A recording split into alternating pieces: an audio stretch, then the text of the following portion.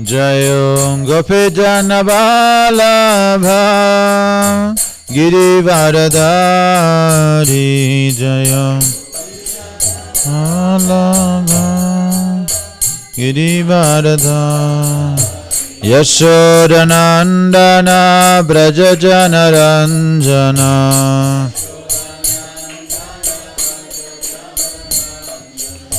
Yamunatira Vanachariyam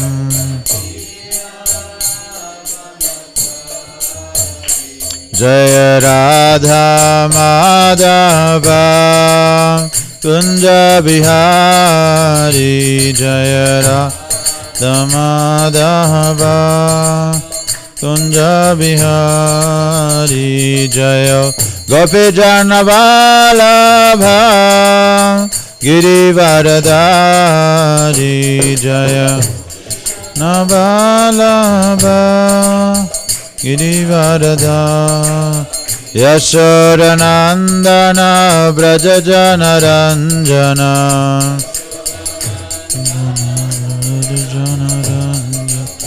Yamunatira Vanachari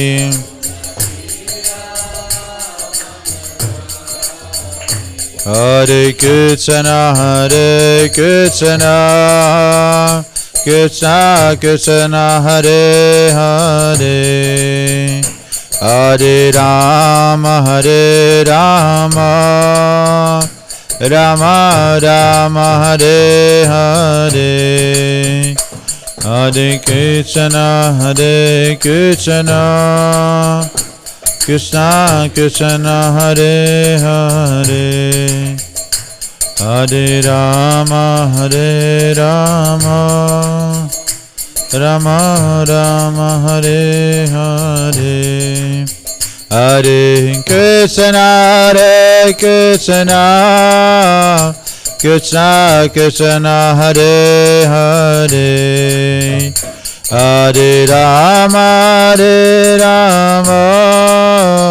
Rama Rama Hare Hare Hare Krishna Krishna Krishna Hare Hare Hare Rama Rama Rama Hare Hare Jaya Radha Madhava Kunja Bihari Jaya Radha Madhava Kunja Bihari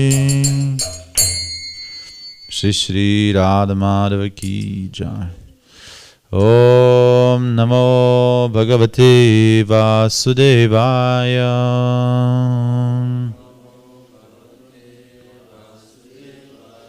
Om Namo Bhagavate Vasudevaya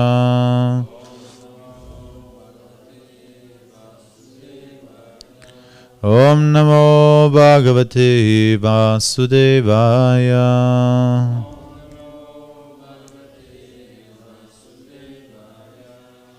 Narayanam Namaskritya Naram Chaiva Narotamam Devim Saraswatim Vyasa Tato Jayam Udhirayet. Before reading the Śrīmad-Bhāgavatam, one should offer obeisances to Nara Narayana Rishis, the Supreme Personality of Godhead and the greatest amongst humans. Vyasadeva, the author of this text, and Saraswati Devi, the goddess of learning. So we're reading from the Śrīmad-Bhāgavatam or Bhagavad Purana, Skanda 4, Chapter 6. Brahma satisfies Lord Shiva. Text 36. 35.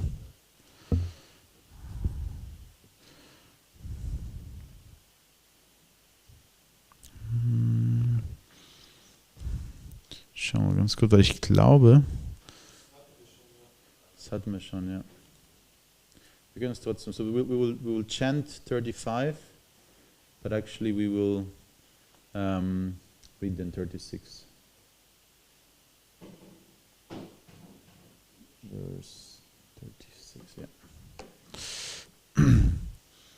Vidyam Tapo Yoga Patam Astitam Tam Adishvaram Charantam Vishva Suridam Vatsalyal Lokam Mangalam Vidyatapo Yogapatam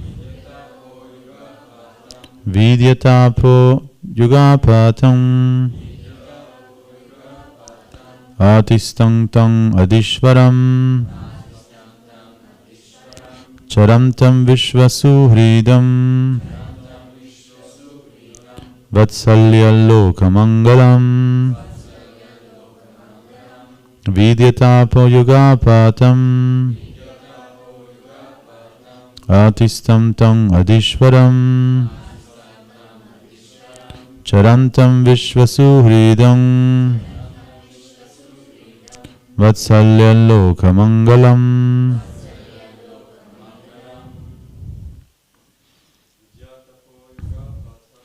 Vidyatapo Yogapatam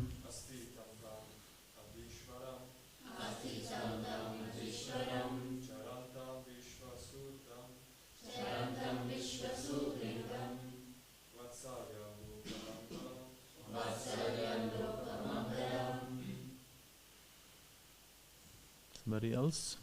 Ladies?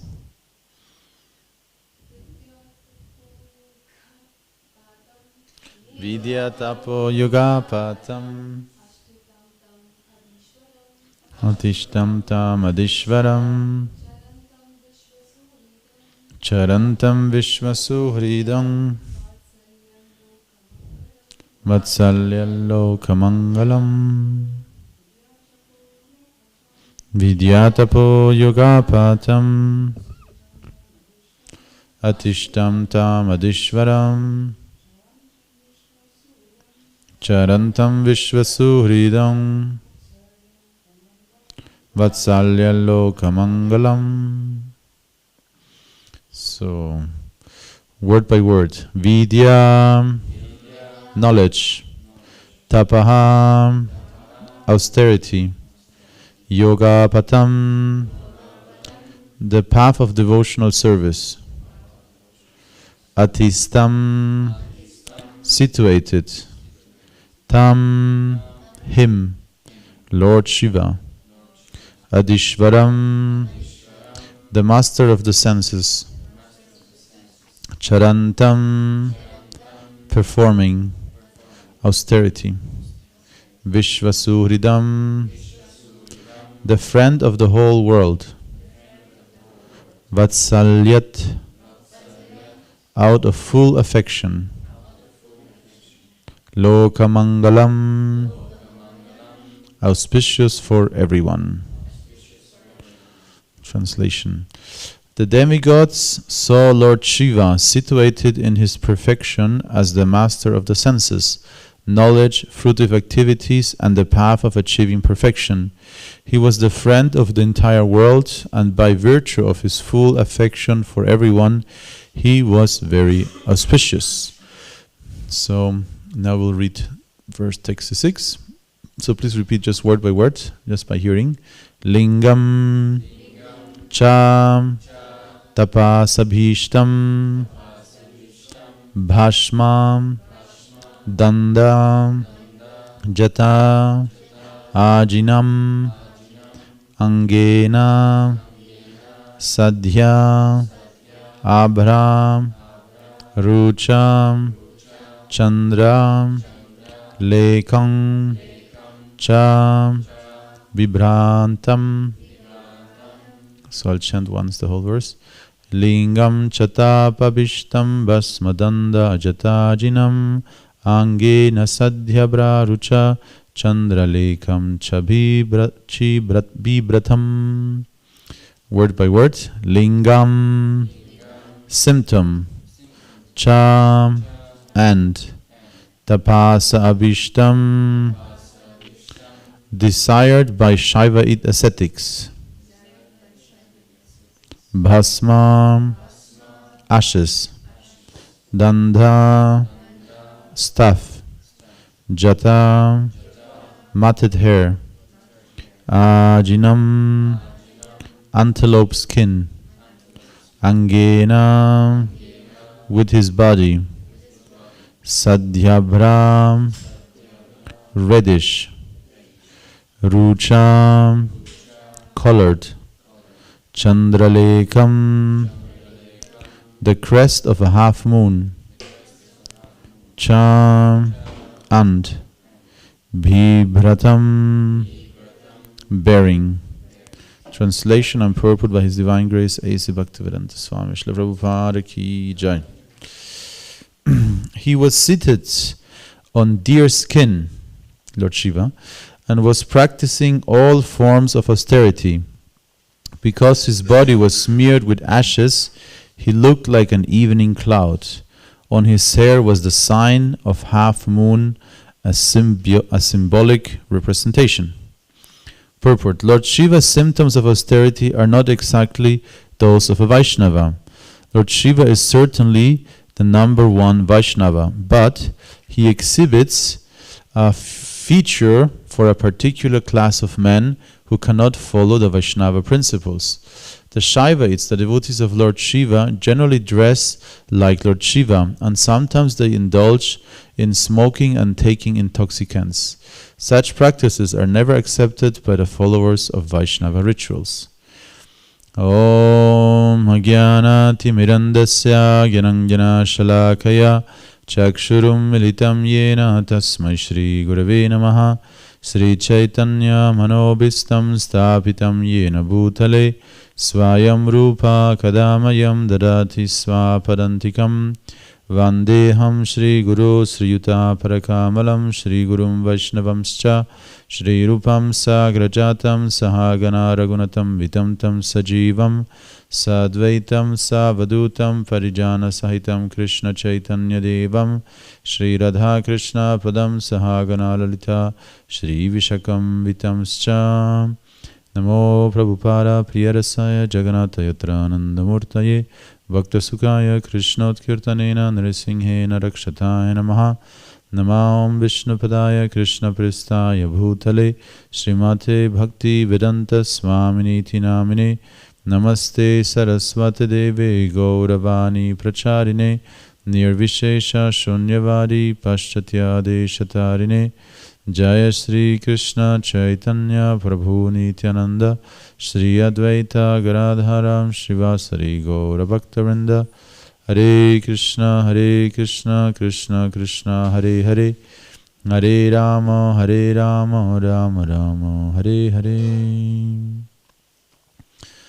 So we'll read just the translation one more time. The demigods saw Lord Shiva situated in his perfection as the master of the senses, knowledge, fruitive activities, and the path of achieving perfection. He was the friend of the entire world, and by virtue of his full affection for everyone, he was very auspicious. He was seated on a deer skin and was practicing all forms of austerity. Because his body was smeared with ashes, he looked like an evening cloud. On his hair was the sign of a half moon, a symbolic representation. Hare Krishna. So this is a very interesting section of the Bhagavatam. So I'll give a little bit context. So this is, the name of this chapter is Brahma Satisfies Lord Shiva. So in the previous verse it says the demigods saw Lord Shiva. So the demigods, the Devatas, had experienced some you could say catastrophic event due to the wrath or anger of Shiva. So they were in great anxiety and they took shelter of Lord Brahma. So Brahma then guided all of the Devatas to meet Lord Shiva, and this is where we arrive now. But of course the question is, why was Shiva angry? Why was Shiva angry? And the reason is very simple, because his wife Sati had been insulted to such a degree that she had decided to self-immolate. So self-immolation In modern days, we hear mainly, I don't know, especially Tibetan protesters, they tend to self-immolate. Also in Vietnam, there was a very famous self-immolation by a Buddhist monk. Basically, but they use, of course, petrol. They take petrol and then self-immolate. It still takes a lot of courage to do that. And there's this very famous picture of this, I think it was in Saigon in Vietnam, this monk sitting, burning in flames, and he was just sitting. He was tolerating it. He was not screaming and running around. So in a very similar way, Sati self-immolated. She was insulted by her father to such a degree that she felt her body, which was a present or an expansion of her father, to be something she didn't want to have. So as a sign of, you could say, rebellion, or rejection, she rejected her body, the body her father had given to her. He had behaved in such a bad way towards Lord Shiva and herself that she rejected the body. But the way she self-immolated is very mystical, because she managed to gather, the energy. It's described in the lower chakras. We have an energy center. We call it, of course, the nervous system. We have the central nervous system and the peripheral nervous system. So the peripheral nervous system are all the nerves that are taking care of all our limbs, senses. But this peripheral nervous system is connected or arising from the central nervous system. So the central nervous system is basically the brain and the spinal cord. And from these two centers, these nerves arise, and control the whole body. So in the central nervous system, you could say this central nervous system corresponds to the Shushumna Nadi, to the Ida and Pingala Nadis. So these main energy centers that we have in the body.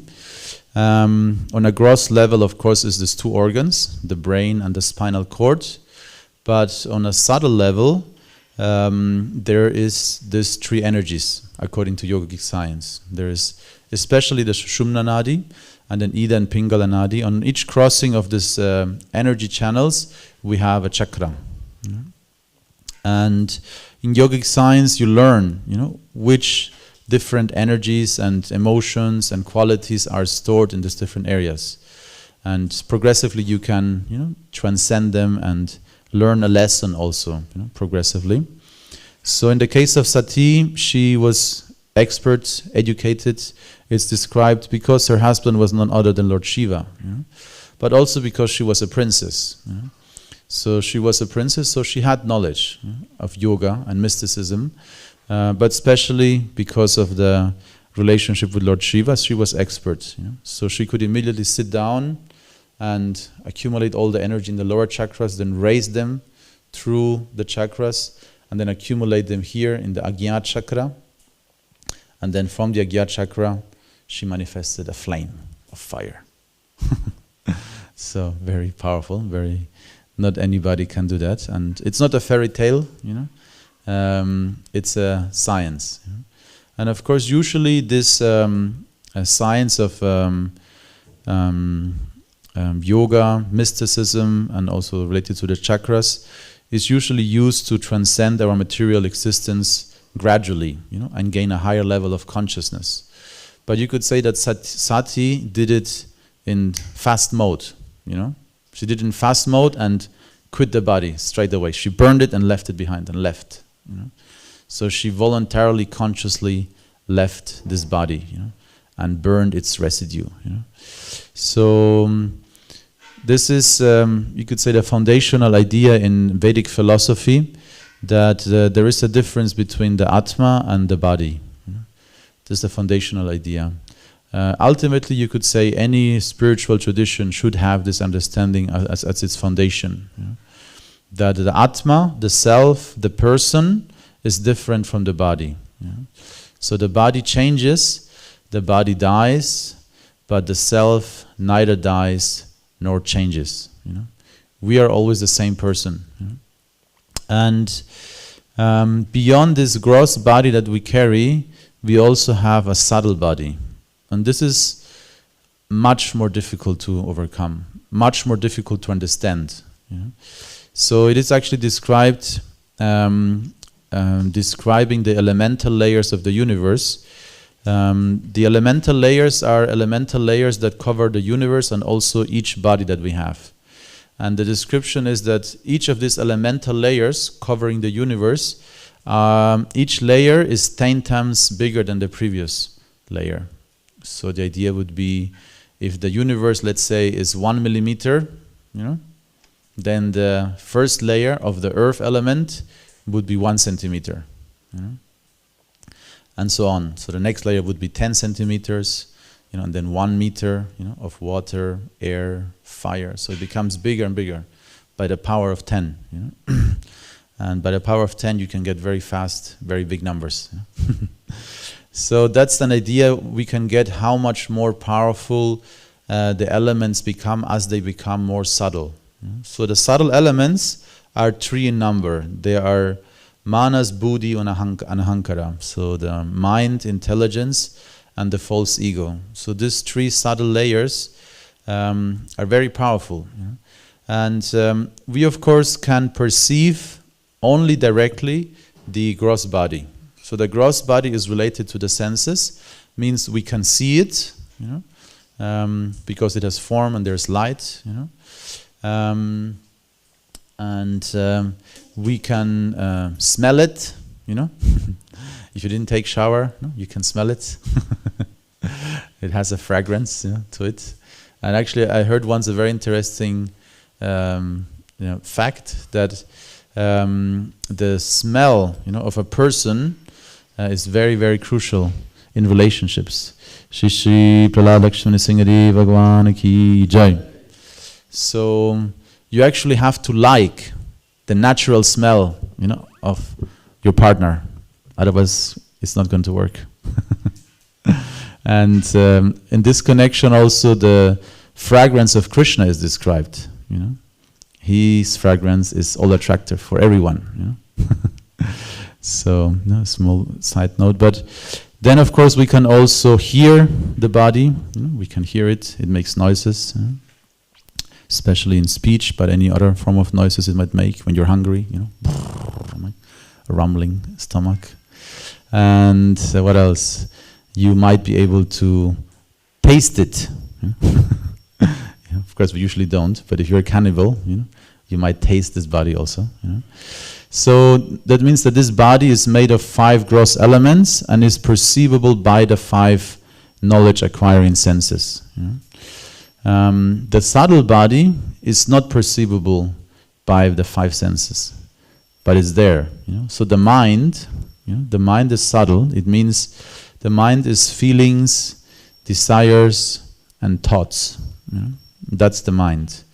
So you cannot see your thoughts, you know, or taste them, you know, but they are very powerful and they indulge you. You know? They compel you, you know, to do all kinds of things. You know? So when you have a desire, when you have a thought, you know, that's why we actually act. So we can understand even the mind is beyond our direct sense perception. It's actually the mind that is controlling the senses. You know? That we can understand. It's actually the mind that is controlling the senses, and also any sensual experience that we have externally will be processed within the mind. So the mind therefore is also called manas as the 6th sense.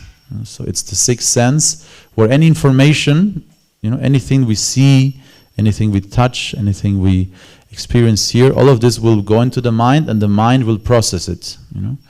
And then the mind has 2 functions, accepting and rejecting. You know? So when you hear something, you will get a certain thought, you know, a certain feeling, and a certain desire, you know, related to that, what you heard. You know? So if it's maybe some music you know, you immediately will be interested. You know? If it's something very foreign, you might be a little bit, you know, not so interested and reject it. You know? So this is how the mind works. You know?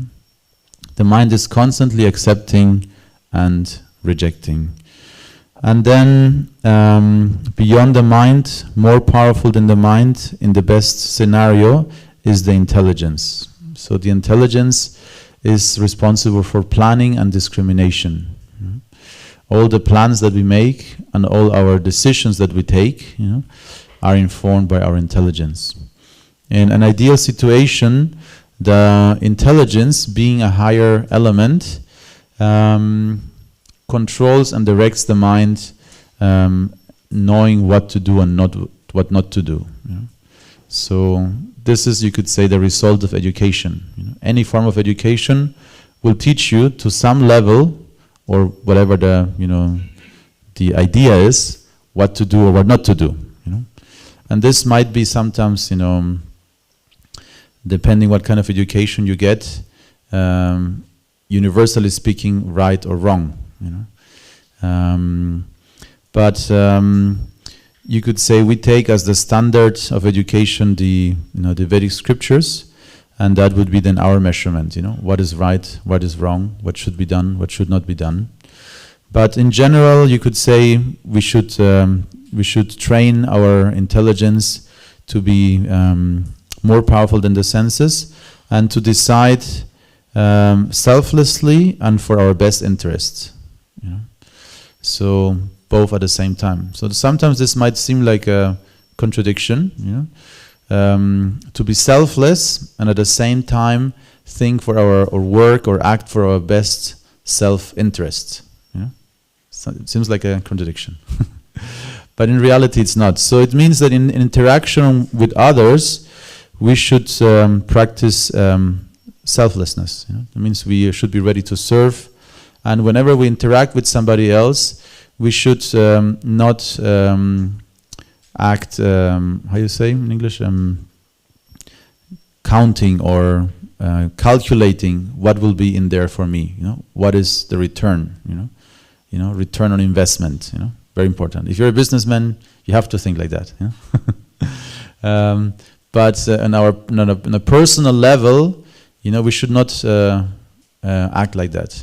We should act selflessly.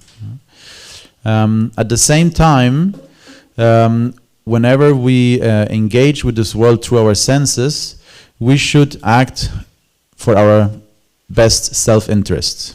That means our senses will regularly have an attraction that is not good. Like, for example, you might be diabetic, or allergic to something, but your mind is telling you, because the tongue and the nose are smelling something, I want to have that, And then the mind, is irrational. The mind is not rational. The mind is only driven by desires, by thoughts and emotions. So the mind says, I want this. So if your intelligence is strong, the intelligence will tell you, don't do it. Short pleasure, a lot of pain afterwards. So don't do it. So if the intelligence is strong, it will enable you to act for your best self-interest. In a very simple example. In the ultimate example, it means that the intelligence knows about spiritual reality. Because the intelligence is considered to be the tool that can enable us to understand spiritual reality. Atma Tattva, understanding what is the self, self-realization. And the more you understand yourself, you should be able to understand your relationship with the Supreme, with God. It says it goes hand in hand. Just like when the sun rises, suddenly you can see yourself. And but it's related. So you can see yourself because the sun is there. And you're not independent of the sun, to see yourself. So in a similar way, the more you understand yourself, if you can see yourself, it's because you understand the sun is there, or God is there. So this is related to the body, related to the Atma, to the soul. It's related to the Paramatma, Supreme Soul. So the intelligence ideally will have this higher self-interest, of self-realization and developing a connection, a relationship with God as the highest ideal, always in mind. So keeping this ideal in mind, that's how you interact with this world. And then beyond that, there's the ahankara, which is the most subtle and most powerful material element. So ahankara is so powerful and all-pervasive that we sometimes don't even realize it's there. But it's always there. Otherwise, we wouldn't be acting in this world. Because ahankara is who we are, who we think we are. So ahankara is telling us, you are male, you are Indian, you are German, you are rich, you are poor, you are this caste, you are that caste, you are this religion, you are that religion. All of this is ahankara. It's called upadhi. Upadhi. So, and the recommendation by Rupa Goswami is sarva upadhi vinirmuktam. We should become free of designations. So this is what the false ego is doing, is always designating, who we are and who somebody else is. And then, influenced by these designations, we can easily be trapped in conflicts. It's like, I know in Peru, for example, in South America, in every country there is like two main, football teams, or in India probably it's a cricket team, especially when it's the Indian cricket team playing against the Pakistan cricket team, then the ahankara becomes very clear, So we have a very strong identification, who is the enemy, and who we are, But it's all temporary, Just, 70 years ago, there was no Pakistan, So like that, ahankara is very powerful and usually creates easily conflicts, A lot of conflicts that arise from ahankara, Because the ahankara misidentifies who we truly are. So the word ahankara can be translated in Sanskrit in many ways, but one of the interesting ways, or the main way Srila Prabhupada translated it into English, was the false ego. So it's interesting. So he put this word false ego. Instead of saying only ego, he put false ego. So when something is false, like if you know botanic, in botanic, in plants, there's always the false plant, and then there is that real plant, So there's in botanic, there's always, usually most plants have like a, false version, which is that doesn't give the fruits, looks very similar, but it's not, like that, not like the actual plant. So in a similar way, when you say false ego, that immediately implies that there must be a true ego, a real ego, So that's the idea, that the true ego is the self, is the Atma. So this is who we are. The false ego is telling us, look outside. Look outside. Don't look inside. So look for anything external. Look how this person is dressing. Look how this person is behaving. Look what nationality this person has. Look what skin color this person has. Always looking outside and not looking inside. This is ahankara. Ahankara does not allow us to be, or you could say, it forces us to be superficial. This is the ahankara. The more we are selfless, the more we have spiritual realization, we will be able to actually introspect, and look beyond the false ego, and gather more understanding who we truly are, and then we can also see who the other person really is. So in the Bhagavad Gita we have this very famous verse where Krishna says that, the famous line, Pandita, somebody who is a pandit, a learned person, Sama Darshinaha. Somebody who's learned, he will see everyone as equal. Everyone as equal. Be it a dog eater, elephant, or a brahmana. Somebody who is a pandit, he will see they're all equal. He will not discriminate. according to externals. Why? Because somebody who has knowledge, not only in theory, that's the minimum we should achieve. We should at least in theory understand this. But somebody who truly is a pandit, he can see, in the heart of every living entity, in every atom, ultimately, there is Paramatma. Therefore, no distinction. So, this is Lord Shiva. Lord Shiva is the person who can help us transcend the false ego. This is described in a different section of the Bhagavat, that Lord Shiva, he's constantly meditating upon Sankarshan. Shiva is always meditating, so his meditation is focused on something and somebody, and this is the form of Vishnu known as Sankarshan. And by the blessing of Sankarshan and Lord Shiva, we can transcend the false ego. So this is the ultimate blessing Lord Shiva can actually give us. Sometimes people pray to Lord Shiva for, maybe a good wife, or to pass the exam, or something, something material, and he might give it to you, or also not. Like there's this famous story. Here is this bhasma. Bhasma means ashes. So Lord Shiva is smearing his body with ashes. Even he's of golden color, because he's smearing himself with ashes. He looks, or he's depicted as being blue.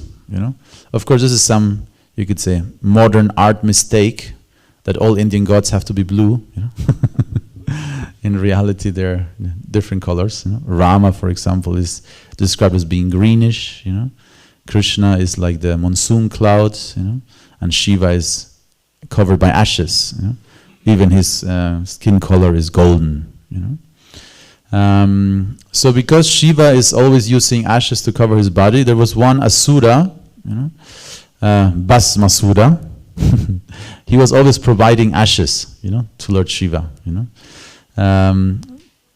so he could smear. This was his seva. He was doing seva for Lord Shiva, always bringing ashes, And at one point Shiva gave him a blessing, Any blessing you want to have, I'll give it to you, So he was an Asura, so he had a very negative desire. He said, I want to have the power, whosever head I touch, it will explode, into 1,000 pieces, And Shiva said, okay, I'll grant it to you, Shiva is very liberal, Shiva is the epitome of liberal, He's very liberal, giving blessings, and also he's very liberal and compassionate. So his companions sometimes are very peculiar entities, Bhutas, Pretas, Pisachas, Dakinis, Sakinis, There's not even English words for all of these entities, but different, entities, subtle entities, ghostly entities, they surround Shiva because Shiva is very liberal. He will bless everyone. So in this case, this Bhasmasura got this powerful blessing from Lord Shiva, and what did he do? He had no gratitude. He said, "Let me try it on you." So Lord Shiva, run. This like meme, run. So Shiva ran away. And Bhasmasura, following behind, trying to touch his head. So this is the nature of demons, no gratitude. So Lord Shiva, it's a long story, but to make it short, ultimately Lord Shiva took shelter of Lord Vishnu. And Lord Vishnu had a very good idea. He disguised himself in this beautiful female form, similar to Mohini Murti. And she... there's a few different versions, but one version is that Shiva took the form of a Mohini Murti, and when the Bhasmasura came, she distracted him and started dancing with him, different dance moves, and then one dance move was and then he touched his head, and then that was the end of the demon, So yes, so the point I'm trying to make is that Shiva is the one who is very liberal, and can help us transcend the false ego. At the same time, Lord Shiva is very, very liberal, and this sometimes might bring even himself, into trouble. Even Shiva himself got into trouble. Of course, you could always ask the question, because Shiva is a eternal entity, actually. He's not a common human like you and me. So probably it's a lila. It's a pastime to make a point. How you can trick a demon.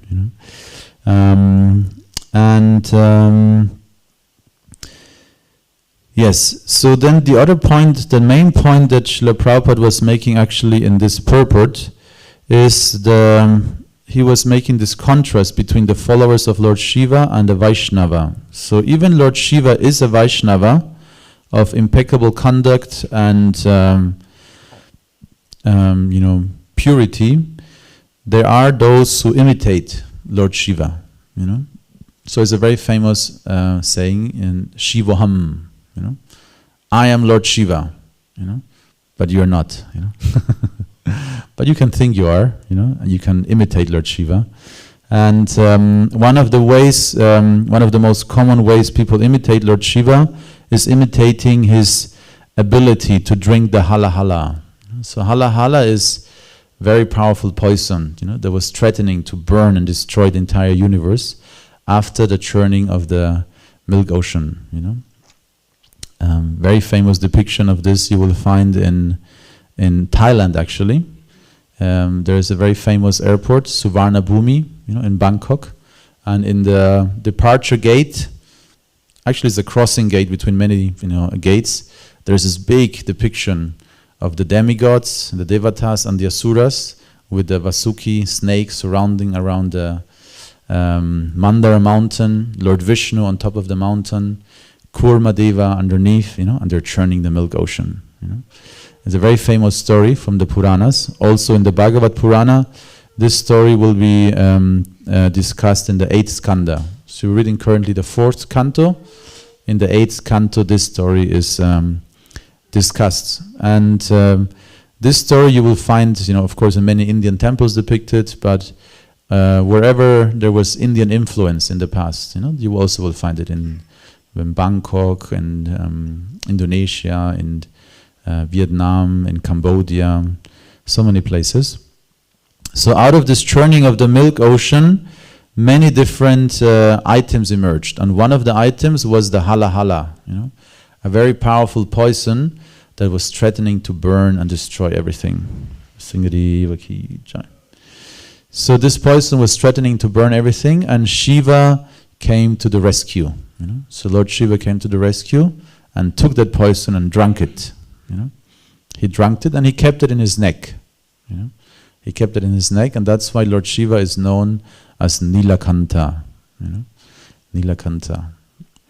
But of course, you could say there's a few details to the story. One is that Lord Shiva didn't swallow it. So he kept it. He kept it in his neck. That's why he's known as Nilakanta. He had a blue neck from then onwards. It didn't affect him, but he also didn't swallow it. So those who imitate Lord Shiva, they say, Lord Shiva was drinking hala hala. We can also drink. We can also take some intoxicants. Shivoham, bombolenats, and then they smoke a chillum, and then cough all night so nobody can sleep in the dharmashala because I experienced this. So that's what Prabhupada is saying, that we should not imitate the activities of great personalities. And I once heard a very interesting story in this connection about a veterinary apprenticeship. So there was a young boy, and he was just starting his apprenticeship as a veterinary. So he came very eager, and like with innocent, ignorant enthusiasm. He wanted to become a veterinary, how to cure animals, and his teacher was, you maybe know the situation when somebody is too eager, it might be a little bit annoying, So he was a little bit too eager, And so on the first day of his apprenticeship, there was a horse. A horse came, had a big ball on the neck. Big ball on the neck. So the teacher did not explain any details to the students. Not yet. First day. So he just said, "Bring me just a stick and hit on it." So the boy got a stick and hit on the ball, and it disappeared. And he was like, "This is easy, I don't need a teacher. I can do it myself." So he opened his own veterinary shop, and then, by chance, of course, there's a story. Also a horse came with a ball on the neck. He's like, "Easy. I know what to do." So he took a stick and hit the ball, and the horse died. So he was like, "Oh my God," So he got in trouble. So he went back to the teacher, like, "I don't understand, when you told me to hit the horse, it was just gone, there was no problem. And when I hit the horse died." It's like, well, the horse you hit first, when I told you to hit, had eaten a melon, And the second horse had a tumor, It's a small difference, So like that, we should not imitate, prematurely or ignorantly, somebody who has knowledge, or experience. So this is the warning Srila Prabhupada is making here, that the practices that some of the followers of Lord Shiva might follow are a deviation, and we should stick to the sattvic codes, that are actually universally applicable, and also, of course, anybody who follows the Vedic tradition, ultimately they know, and they follow these codes, or at least have appreciation for them if they're not able to follow them. But when we fall into the trap of thinking, of imitating, or maybe even misidentifying our identity, then this is the trap of ahankara. So ahankara, Lord Shiva can help us, to transcend ahankara, if we take shelter of Lord Shiva. But if we imitate Lord Shiva, then we fall into the biggest trap of ahankara. What is the biggest trap of ahankara? You think you are God. This is the biggest trap. This is the last test, you could say. That's you could say the biggest manifestation of ahankara. You have such a big ego, you think you can become God, or you are God, or you can imitate God. So this is the, you could say, fine difference, between false ego and true ego. True ego, and also very important is that having true understanding of the self. Externally, we might not always understand, what position somebody has. Externally, somebody might look very humble, but internally they might be very proud that they are humble. It can happen to us regularly, that you are, very saintly, dressed nicely, and you are, always paying respect. But what are you really thinking, about the person surrounding you, So Lord Shiva sometimes appears to be not very respectful, and the Aghoris, they try to imitate that aspect of Lord Shiva, the Aghori Babas, they reject everything and, try to agitate everybody somehow, confronting everybody with death, with a skull, like Lord Shiva is carrying a garland of skulls. So the Aghori Babas, they eat and drink only from a skull, to remind themselves and everybody that you will die. Everybody has to die. But only the body, not the self. So Lord Shiva might be a little bit, or sadhus also sometimes. They might be a little bit antisocial. Because they have rejected everything and they're living very simple lives. Or also guru. The guru, the word guru means heavy. So the guru might not be polite, he might directly tell you what you're doing wrong, honestly, So that might feel a little bit, uncomfortable, but this is true ego, He's doing you a service, You could say a real friend, this is one example also which helps to understand this point.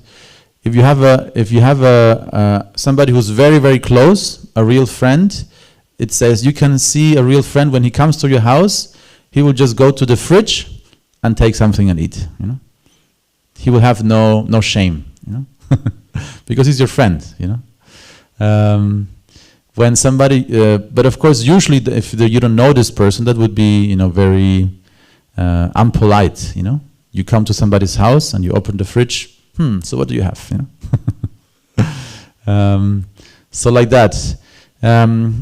Usually, of course, it could be considered to be just polite, that you don't do that.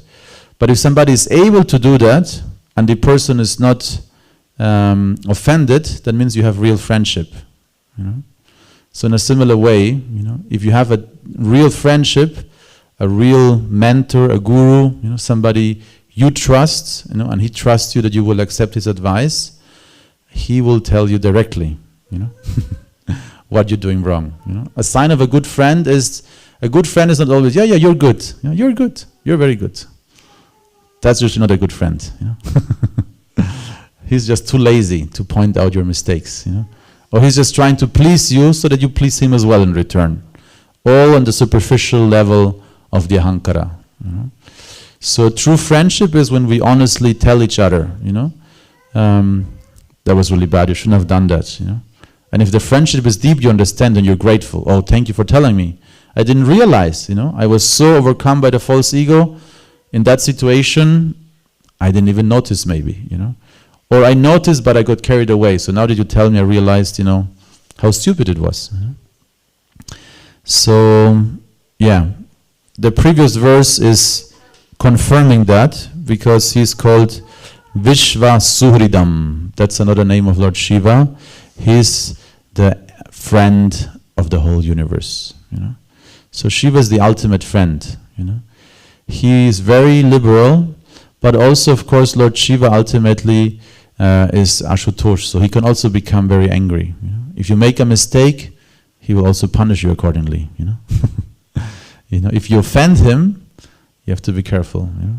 It's like Narasimhadev in the Vishnu Tattva deities that we worship. Narasimhadev is Ugra Rupa. He's angry. So the deity which is Ugra Rupa, you should be a little bit careful when you worship that deity. There's a story in Mayapur, in ISKCON in Mayapur. We have a deity of Narasimha that is not Shanta. Like our Narasimha here, he's Shanta. He's sitting with Prahlad, and he's in Vatsalya Ras. He's taking care of the Prahlad boy.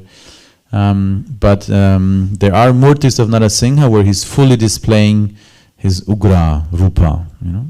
Stanu Narasimha especially. Stanu Narasimha is after Nrsimhadev jumped out of the pillar, he's standing full of wrath, ready to fight.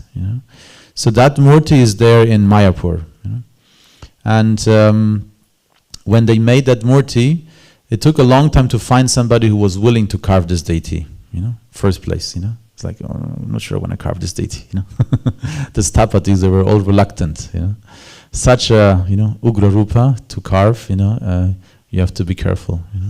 So finally, they found somebody, and he agreed only to carve this deity of Ugra Nrsimhadev because he was supposed to be worshipped in Mayapur. So Mayapur is in West Bengal, in the Nadia district, and in this place we have Chaitanya Mahaprabhu.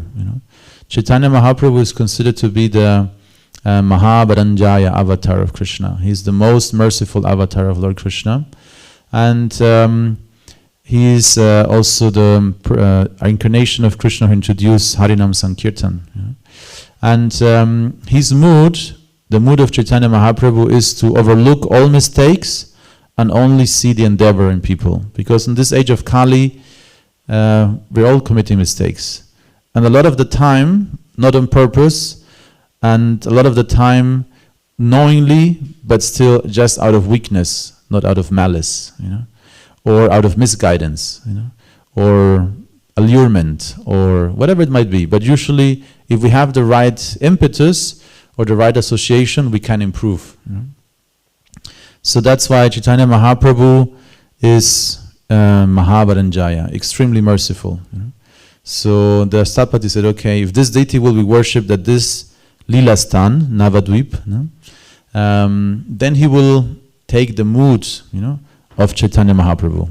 Only therefore I will carve this deity. So he carved the deity of Narasingha, and then they got a call in Mayapur. So the deity was carved in South India, in Mahabalipuram, near Chennai, and they got this call, please pick up the deity as soon as possible. Already the whole shop was burned down, and only the deity was standing there in the ashes.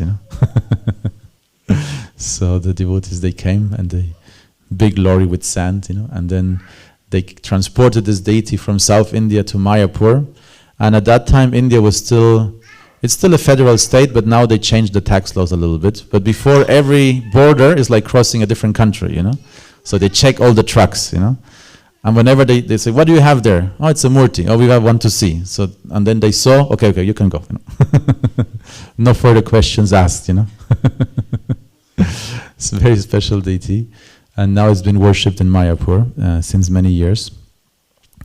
So, yes, when we worship a deity or a form of the divine that is in a mood of Ugra, we should be careful, And Shiva is, of course, also Rudra, He can be very angry. It's his duty, in his position as a guna avatar, it's his duty to destroy the universe, So just by the ring of his drum and by the dance he performs, he can destroy the entire universe. So we should be careful. And that's also the answer Lord Shiva, Lord Brahma gave to the Devatas. He said, what are you expecting? You can be happy. You only got a few teeth missing. From this attack. Of Virabhadra. He could have destroyed all of you. He can destroy the whole universe. What were you thinking? It's like a child playing with fire. Out of ignorance, you get burned. But it could have been worse. So, like that, Lord Shiva can be the greatest blessing, but if we imitate him, then we might fall in the deepest wells of ignorance. And if we, offend him, then also we will bear the consequences. So this is Lord Shiva, very powerful, and this section of the Bhagavatam, we learn a lot about his character and quality. Everybody was very afraid of Lord Shiva, when they came to this big banyan tree. But when they saw him there, they were surprised, because he was not agitated. He was sitting there meditating in the association of great rishis and sages. So that's the nature of Shiva. He's all auspicious for the entire universe and easily misunderstood. Just like Daksha.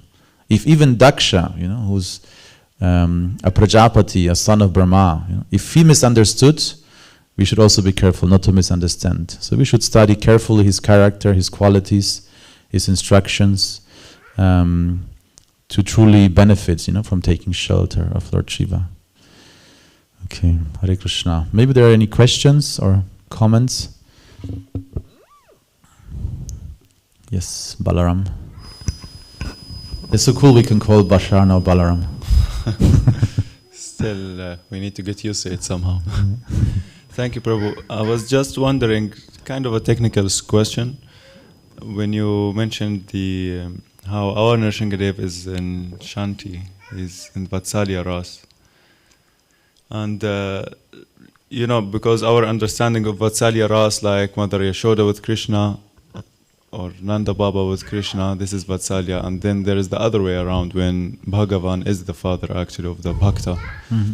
So, is it safe to say, is it correct to say, like, there are different levels of Madhurya, like some Madhurya in Mathura, or Madhurya and Vrindavan, or like, the Parakiya rasa, which is the highest. And is it the same for Vatsalya ras? Like, don't you think it's the Vatsalya ras in Vrindavan is higher than the Vatsalya ras between Nrsingadeva and Prahlad?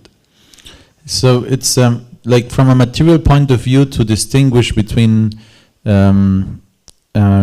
spiritual hierarchy is always dangerous, because our mind wants to, instead of thinking of something being higher, simultaneously we think of something being lower, and then we disregard it, or think it of being less valuable. So that's the problem, because this is you could say a paradox, that there is hierarchy in the spiritual world, of rasas also, but Srila Prabhupada always, in the same sentence or in the next sentence, he says, but they're on the same quality, So that's why we should be careful to make such a distinction, because our mind might, make an offense, or might, think of something extremely powerful and beautiful and transcendental as a relationship between Nrsingadeva and Prahlad as being less, And when we think of something as being less, who are we to think of something less? We are so less, how can we think of anything being less? Everything is more than us, you could say, in relation to transcendence. So that's but for technical reasons, of course, the Braja Lila is the highest Lila, So anything happening there is supreme. But at the same time, there is in Vatsalya Rasa, there's two ways. There is the child to the parent and the parent to the child. So, and between those two, it's considered to be that the relationship between the parent to the child is actually higher. That means because the parent is selflessly serving the child, and tolerating everything, Like regularly you see parents carrying the child, and the child is, putting hands in his eyes and hitting the head of the father, Singari Bhagwan ki jai. So, but the father will gladly tolerate all of this, Whereas from the position of the child, we are demanding. Child is always demanding, Give me this, give me that, So, when obviously Nrsingadeva protected Prahlad, like a father, is described that he even licked Prahlad like a lion mother, licks her calves, And then Nrsingadeva asked Prahlad, do you want anything? But Prahlad was perfect, He didn't say, yes, give me this, this. No, he said, I don't want anything, So there we can see that the relationship between Nrsingadeva and Prahlad was very, sublime. And Prahlad then said, well, if you want to give me something, then give me something for everybody else, Bless everybody else, beginning with my sinful father, Bless him, So that's the nature of a true saintly person. So, the relationship between Nrsingadeva and Prahlad is certainly sublime. And Chaitanya Mahaprabhu, these two stories of the Bhagavatam, which are, next story is going to be the story of Dhruva, and the story of Prahlad. These are the two favorite stories of Chaitanya Mahaprabhu in the Bhagavatam. He wanted to hear them again and again, So if he enjoyed, Chaitanya Mahaprabhu enjoyed hearing this rasa, how can we judge if it's higher or lower? If the person who is experiencing the highest rasa is experiencing rasa in hearing this story. Okay. Any other question? Grantara Śrīmad-Bhāgavatam ki jai, Śrīla Prabhupada ki jai.